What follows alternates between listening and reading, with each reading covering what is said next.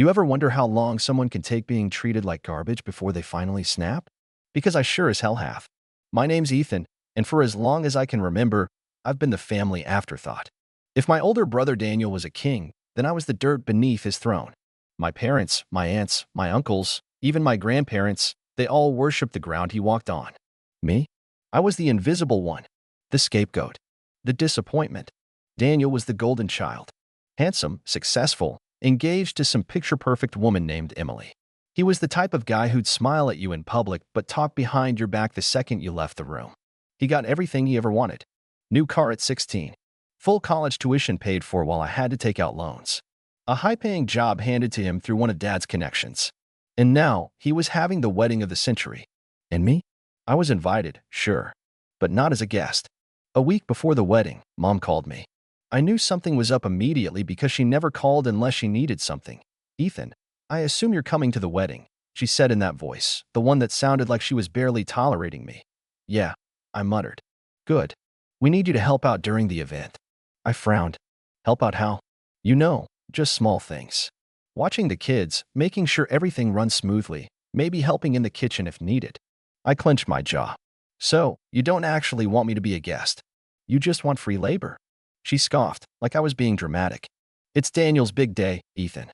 The least you can do is pitch in. You're not doing anything important anyway." I bit my tongue so hard I tasted blood. I should have expected this. Of course, they didn't see me as part of the celebration. I wasn't a guest. I wasn't family. I was just the unpaid help. "Fine," I said through gritted teeth.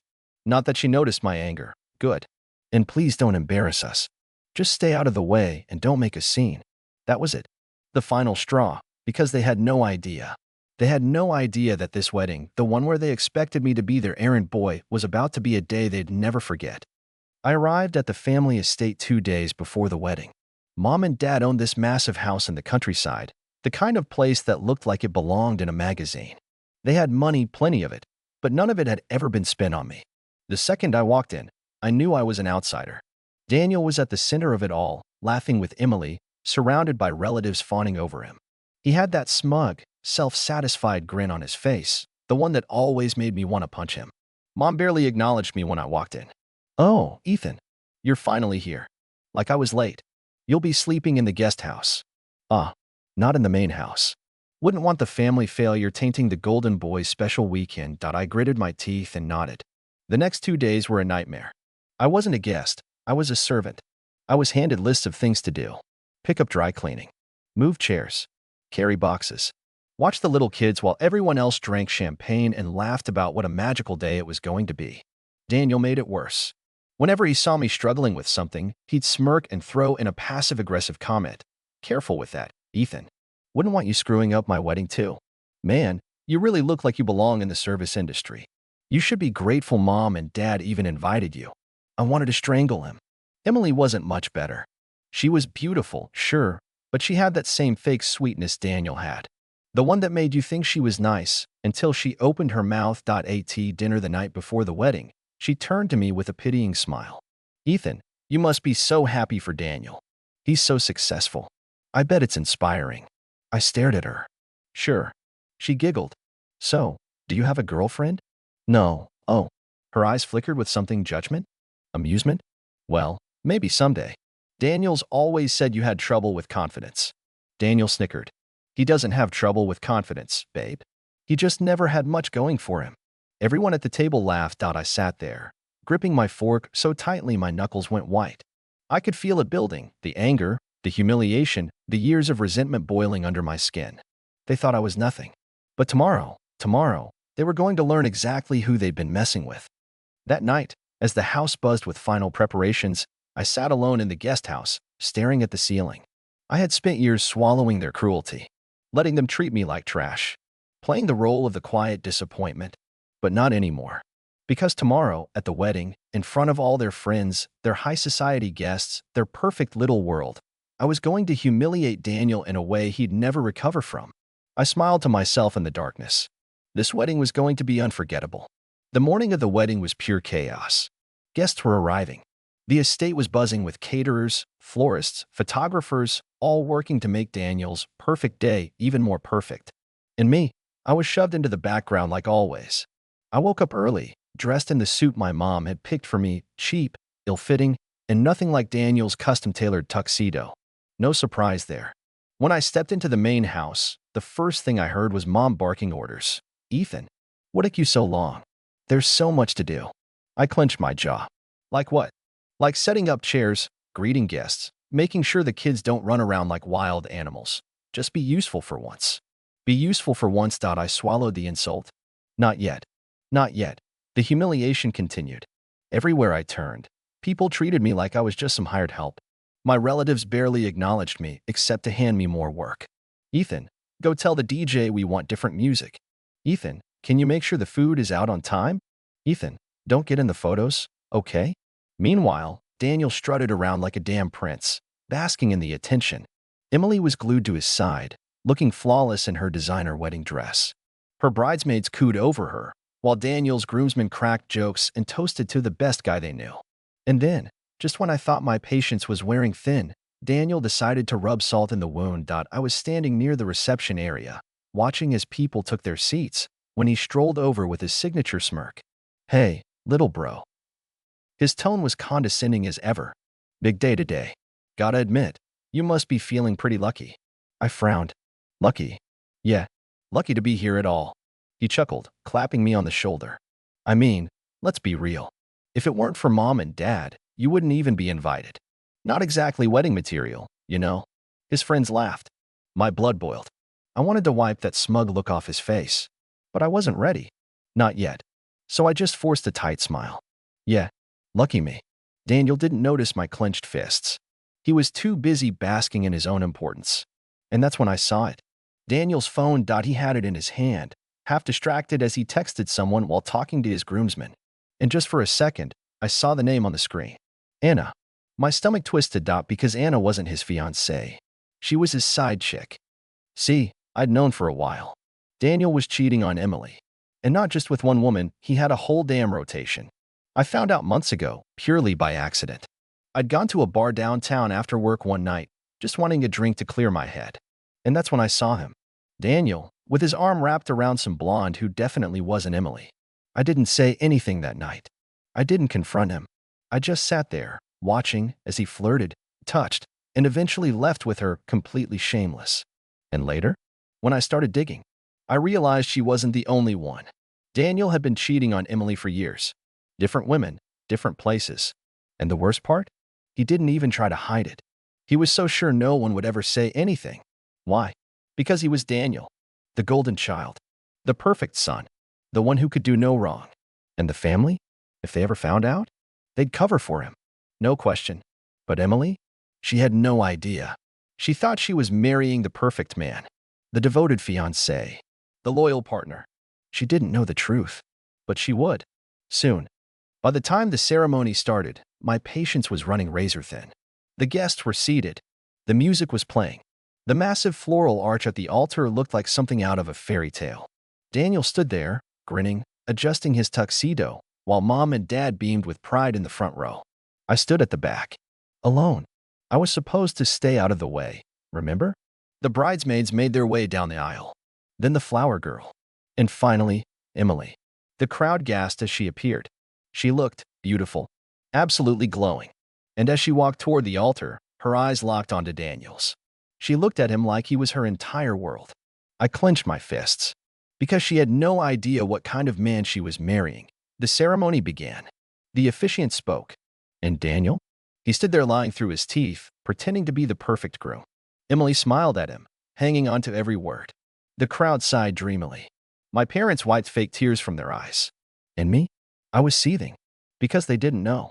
They didn't know that Daniel had spent the night before his wedding texting another woman. They didn't know that he'd been cheating for years.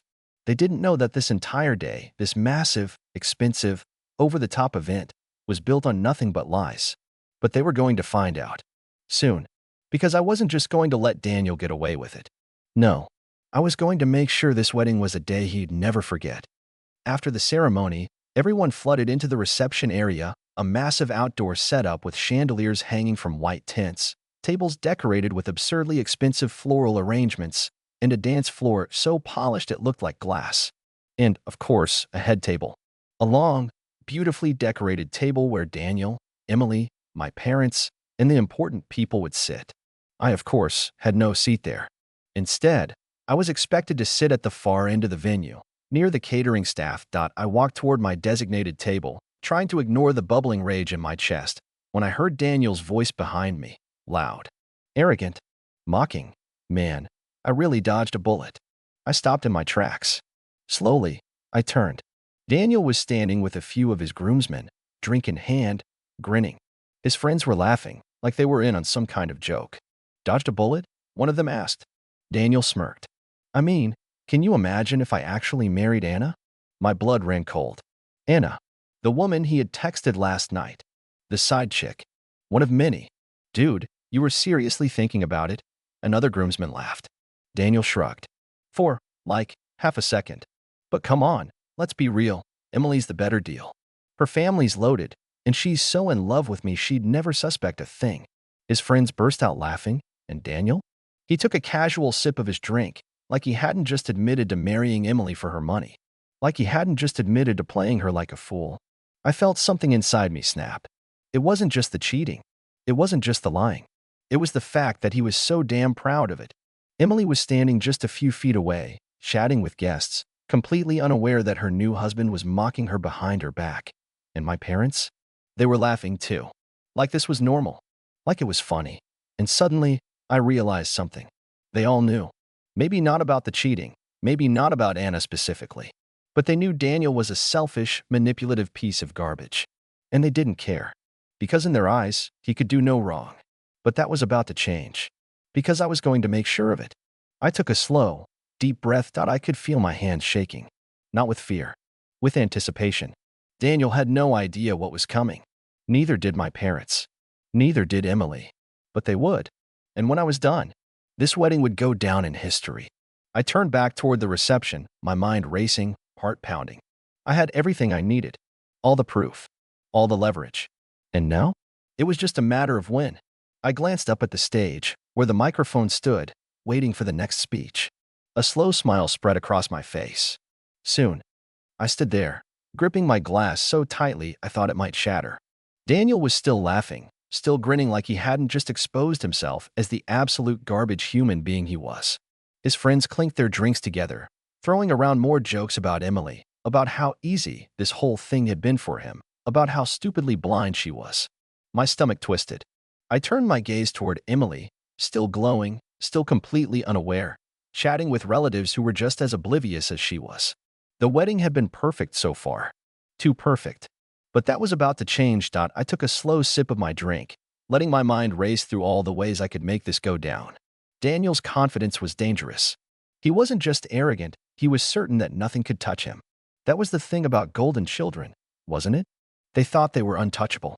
That no matter what they did, no matter who they hurt, their family would always shield them from the consequences. And why wouldn't he think that? Look at my parents, laughing along, clinging to his every word like it was gospel. Look at my relatives, all gathered around him, praising him, celebrating him. Meanwhile, I was just there. Always just there. I set my drink down, forcing my hands to unclench. Not for long. The music softened, and the MC took the mic, announcing the start of the speeches. The room turned its attention toward the head table, where my father stood, fixing his suit before stepping forward with his glass raised. To my son, my pride and joy, Daniel, he began, voice thick with genuine admiration. I don't think I've ever been prouder in my life than I am today. He turned toward Daniel, smiling like he had personally crafted him into the perfect man. I wanted to vomit. From the moment he was born, I knew he was going to be special. And look at him now. A strong, hardworking, devoted man, marrying the woman of his dreams. My mother dabbed at her eyes, pretending to be emotional, while Daniel sat there smirking. I remember when he was just a kid, my father continued, always so determined, always standing out in everything he did. He was the best at sports, the best at school, the most charming, the most responsible. I swear I felt my eye twitch. And now, look at him, proving once again that he deserves every good thing life has to offer. The room clapped, murmurs of agreement rippling through the crowd. I saw my cousins nodding, my aunts whispering about how wonderful Daniel was, how lucky Emily was to have him. And me? I just sat there, swallowing down every last piece of resentment that had built up over the years. Then, My father turned his gaze toward me. And, of course, he added, we have Ethan. The shift in tone was instant. A slight pause. A hesitation. The kind that made it clear that I wasn't even supposed to be mentioned. A few people turned to glance at me, almost like they'd forgotten I existed. I wasn't even mad. I had spent my whole life being an afterthought. My father gave me a small nod, like he was being forced to acknowledge me. Ethan has always, well, he's been there for Daniel. Supporting him. Standing by him. And we're glad he's here today to celebrate his brother's big day. That was it. That was my entire acknowledgement. The clapping was noticeably weaker this time. A few polite nods. A couple of glances in my direction before people turned their attention right back to Daniel. I exhaled slowly. Daniel, the ever-smug bastard, raised his glass, flashing me that same condescending smirk he had given me all my life. Thanks for coming, bro, he said, voice dripping with mockery. Really means a lot. I stared at him. He was baiting me. He wanted me to react. He wanted me to lash out, to cause a scene, to be the bitter, jealous brother so he could turn around and be the victim. And for a moment, I almost did.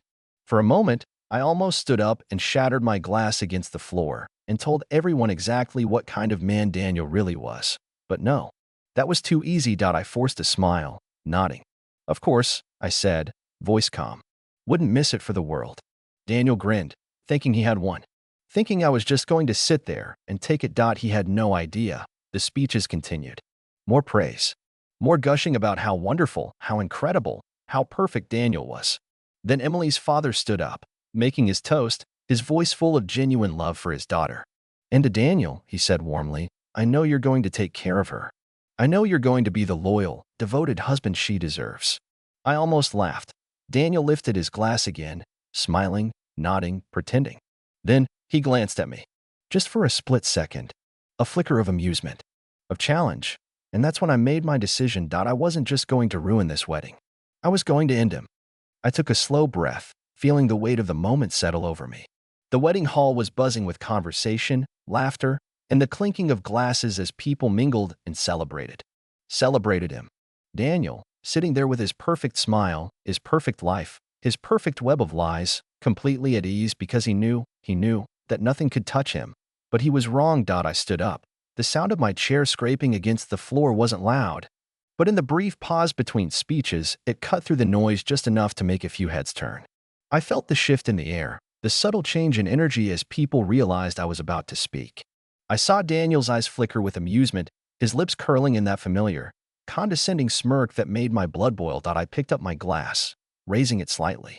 I just want to say a few words, I announced. My voice was steady, calm. Too calm. It was the kind of calm that preceded a storm. The kind of calm that made people listen, made people wonder what was coming next. Daniel leaned back in his chair, completely relaxed, like this was all part of the show. My parents, however, looked less thrilled. My mother's grip on her napkin tightened. My father shot me a warning look, as if to say, don't embarrass the family. Oh, don't worry, Dad. I won't embarrass the family. I'll just destroy the illusion you've built around your precious son. I turned my gaze toward Emily, who was smiling politely, completely unaware. First of all, Emily, I said, you look absolutely stunning today. I mean that. I don't think I've ever seen a happier bride. I saw her blush slightly, Daniel squeezing her hand as if he was some adoring husband-to-be. I smiled, but there was no warmth in it.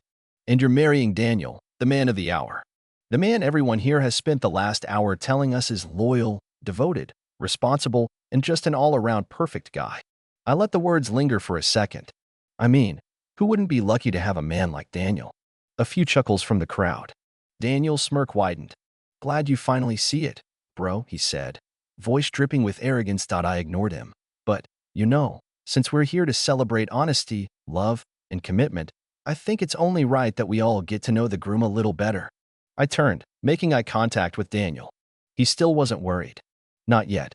After all, Emily, if you're spending the rest of your life with him, it's only fair you know everything about the man you're marrying, right? Now, the mood shifted. I felt it. A few nervous laughs, a few side glances. My mother sat up straighter, my father's jaw clenched. And Daniel? For the first time tonight, his smile faltered. Just slightly. I took my phone out of my pocket. Casual. Unhurried. And then I turned back to Emily. I just have one question, I said, tilting my head slightly. Do you know a woman named Sophie? Dead. Silence. Emily frowned, confused. Sophie? She repeated. And that's when I saw it. The first crack in Daniel's mask. It was quick, a flicker of something in his eyes, a tiny, barely noticeable stiffening of his posture. But I caught it. I caught it. I smiled. Yeah, Sophie, I said, unlocking my phone with a few taps. You see, she's someone very special to Daniel. I turned the screen toward Emily, showing her the messages, screenshots. Hundreds of them. Texts, photos, videos. The color drained from her face. My mother gasped. People started whispering. My father stood up halfway, like he was about to storm over and stop me, but I stepped back, raising a hand. No, let's not interrupt. This is important. I turned back to Emily, my voice gentle now. She wasn't my enemy. She was just another person Daniel had fooled. Go ahead, I said. Read them. Her hands trembled as she took the phone. She scrolled. Her eyes widened. Her breathing grew unsteady, and then she looked up at Daniel. What is this? Her voice was barely above a whisper, but the shock, the betrayal, the sheer devastation in it was deafening. Daniel shot to his feet. Ethan, what the hell is this? His voice was shaking now, no longer amused, no longer in control. This is a joke, right? Some kind of stupid prank. Oh, no, it's real, I said, my voice sharp. Very real. Unlike the little fairy tale you've been selling to Emily and her family. I turned, addressing the entire room now. You see, Daniel here isn't just a charming, devoted fiancé. No. He's a cheating, lying piece of garbage. A collective gasp rippled through the crowd. Relatives started murmuring, looking between Emily and Daniel. Judging. Watching. Emily was still frozen, still staring at the messages. Then, suddenly, she slammed the phone down on the table. How long? Her voice cracked. How long have you been cheating on me? Daniel ran a hand through his hair, glancing around, realizing that everyone was watching. His confidence was gone. Emily, babe, just listen. How long? He hesitated, just for a second. But it was enough. Emily let out a shaky breath, then turned toward the crowd, toward her family, toward her father, who looked like he was about 3 seconds away from murdering Daniel. Then she stood up. Without another word, she grabbed her bouquet, took a deep breath, and walked out. A stunned silence followed. Then, all at once, the wedding exploded into chaos. The aftermath was exactly what I wanted. Emily's family tore into Daniel the moment she left. Her father nearly knocked him out before security had to step in. My parents? Oh, they tried to spin it, to blame me, but it was too late. The evidence was there. The whispers had started. Daniel's perfect image? Shattered. Emily called off the wedding immediately. She moved out that same night, blocked him on everything, and from what I heard, her family made sure he paid for every single expense. As for my parents, they never forgave me. They called me vindictive, cruel, a disgrace. But I didn't care. The extended family started seeing through their lies. People stopped treating them like royalty. And Daniel? He tried to bounce back, of course. But his name? Ruined. His job? Gone. His reputation? Destroyed. Turns out, cheating on your fiancé and getting exposed at your own wedding isn't a great look. The golden child finally fell from grace. And I walked away without looking back.